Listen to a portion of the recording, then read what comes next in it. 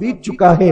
लेकिन आप देखें कुरान ने शराब और जुए को साथ साथ बयान किया। ऐ ईमान वालों, शराब और जुए के करीब न जाओ, शराब और जुए से अपने आप को बचाओ। आखिर इन दोनों का आपस में क्या ताल्लुक है? आप देखें, शराब पीने वाला चूंकि शराब के नशे के अंदर मस्त रहता है, तो जो शराब के नशे में मस्त रहता है फिर वो कारोबार कब करेगा, वो काम धाम कब करेगा?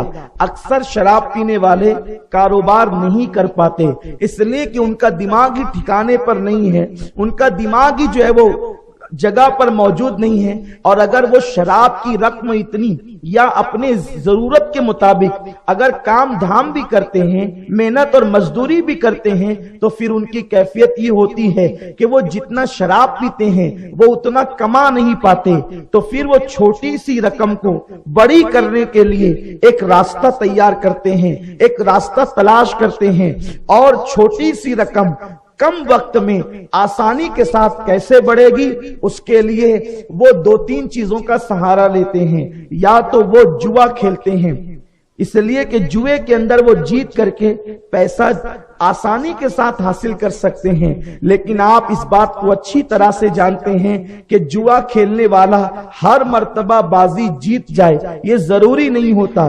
पहली मर्तबा में उसने बाजी हारी तो अब दूसरी मर्तबा बाजी जीतने की लालच में वो फिर खेलता है, फिर हारी, अब फिर खेलता है। नतीजा ये होता है कि जुआ खेलने वाले कभी कभी अपना घर तक गिरवी रख देते हैं, अपना माल तक गिरवी रख देते हैं। और ये बात कहने में मुझे कोई खौफ नहीं है, मैं अल्लाह की रजा के लिए ये बात बबांगे दोहल कह सकता हूं कि जुआ खेलने वाले और शराब पीने वाले कभी कभी अपनी बेटियों को भी जो है वो माज़अल्लाह फरोख्त कर देते हैं, अपनी बेटियों को भी गंदे कारोबार करने पर लगा देते हैं, सिर्फ अपने शौक की खातिर। मेरे प्यारे आका सल्लल्लाहु अलैहि वसल्लम के प्यारे दीवानों, और अगर वो बेगैरत इन कामों पर ना भी लगाए तो चूंकि बाप नहीं कमाता, बेटी को पेट तो है खाने के लिए, बीवी को पेट तो है खाने के लिए, जिसका शौहर न कमाएगा, जिसका बाप न कमाएगा, जिसका भाई न कमाएगा, उस घर की औरतें आखिर कब तक के भूख बर्दाश्त करेगी,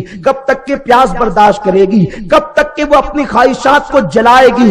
एक वक्त वो आता है कि फिर वो पहले तो हलाल कामों के लिए अपने घर से निकलती है, फिर धीरे धीरे वो बेपर्दा हो जाती है, फिर धीरे धीरे वो किसी के हत्थे चढ़ जाती है। नतीजा ये होता है कि अल्लाह अकबर, शराबी और जुआरी की बीबियां, बेटियां, बहनें किसी के दरवाजे पर अपनी इज्जत को फरोख्त करने पर मजबूर हो जाती है। मैं तुमसे पूछना चाहता हूं, क्या जो शराब के कड़वे घूंट में डूबे हुए हैं उन बेगैरतों से पूछना चाहता हूं कि मुझे बताओ, आखिरत की जिल्लत तो होगी होगी, कब्र की जिल्लत तो होगी होगी, ये दुनिया की कोई कम जिल्लत है कि तुम अपनी बीवी को, अपनी बेटी को, अपनी बहनों को दूसरों के दरवाजे पर आबरू बेचने पे मजबूर कर दो।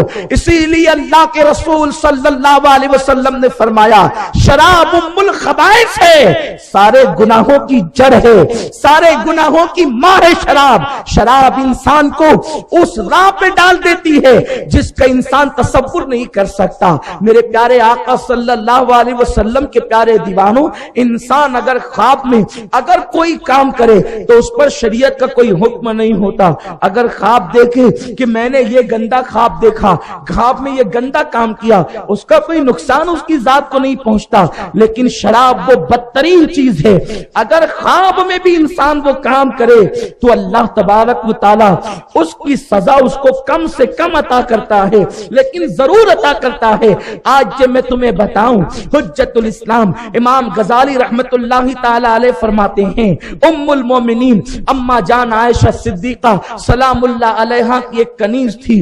वो कनीज जो है जब रात को सोती है, अच्छी भली सोती है, और जब वो दिन को सुबह के वक्त तो बेदार हुई तो उसके एक हाथ में फालिज हो चुका था, उसका हाथ काम करने के काबिल न था।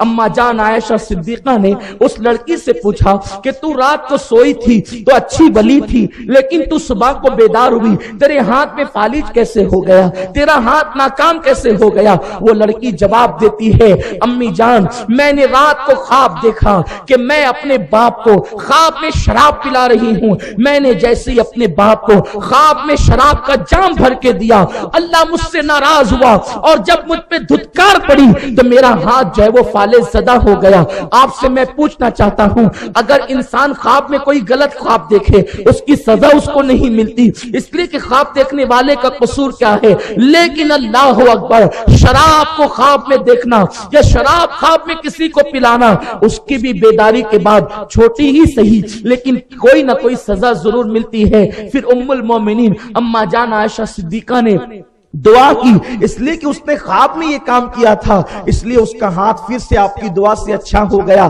آپ غور فرمائیں آج کل کی عورتیں تو اپنے شوہر کو گھر میں بیٹھ کر شراب پینے دیتی ہے, وہ احتجاج نہیں کرتی, وہ منع نہیں کرتی.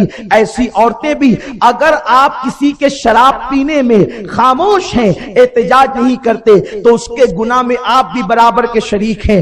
آج کل تو ہم اپنے مالیگاؤں شہر کا ماحول دیکھ رہے ہیں, اگر کسی کا کسی سے جھگڑا ہو گیا اور وہ شریف آدمی ہے, وہ سامنے والے سے لڑ نہیں سکتا, تو اپنے جیب کے پیسے نکال کر شرابیوں کو دیے جاتے ہیں, جاؤ تم جا کر کے شراب پیو اور میرے دشمن کو گالیاں دو, میرے دشمن کو پریشان کرو, اس کو حیران کرو. اور انسان سوچتا ہے میں تو شرابی نہیں ہوں, لیکن آپ نے اپنی جیب کا پیسہ جس شرابی کو پینے کے لیے دیا, جتنا گناہ اس کو ملے گا اتنا ہی گناہ تمہیں بھی ملے گا, جتنا عذاب وہ بھگتے گا اتنا ہی عذاب تم بھی بھگتو گے. مسلمانوں کیا کر رہے ہو؟ اپنے حالات کا جائزہ لو. آج یہ حالات پیدا ہو گئے ہیں کہ مسلمانوں کے چھوٹے چھوٹے بچے آج نشے کی طرف جا رہے ہیں, شراب کی طرف جا رہے ہیں. کسی نسل کو تباہ اور برباد ہونے کے لیے اتنا ہی کافی ہے کہ وہ قوم شراب میں ڈوب جائے. تمہیں پتا ہے حضرت سیدنا عمر ابن خطاب رضی اللہ تعالیٰ عنہ نے جب بیت المقدس کو فتح کیا تو اس وقت سے لے کر 5ویں صدی تک کے یا 4تھی صدی تک کے کسی میں ہمت نہ تھی کہ مسلمانوں کی آنکھ میں آنکھ ملاتے. لیکن جب اہل اقتدار, بادشاہ, مالدار لوگ شراب میں ڈوب گئے تو پھر تمہارے ہاتھوں سے بیت المقدس چھین لیا گیا. کسی انگریز مفکر نے کہا تھا کہ سال بھر تک مسلمانوں کے ساتھ جنگ کرنا مسلمانوں کو اتنا نقصان نہیں پہنچاتا جتنا شراب کا ایک پیالہ مسلمانوں کو نقصان پہنچاتا. انہیں شراب کا عادی بنا دو, پھر تم ان سے جو چاہے لے سکتے ہو. انہیں شباب کا یعنی لڑکیوں کا عادی بنا دو, پھر ان سے جو چاہے لے سکتے ہو. کہ اسلام دشمن طاقتوں کی سوچی سمجھی سازش ہے. اور سوچو, اللہ سے ڈرو, اللہ تمہیں بھی ہمیں بھی دیکھ رہا ہے. اپنے دشمن کے مقابلے میں تم شرابیوں کا استعمال کرتے ہو, پھر تم اپنے آپ کو نمازی, حاجی, غازی, خدا جانے کیا کیا گردانتے ہو. رب کو کیا جواب دو گے؟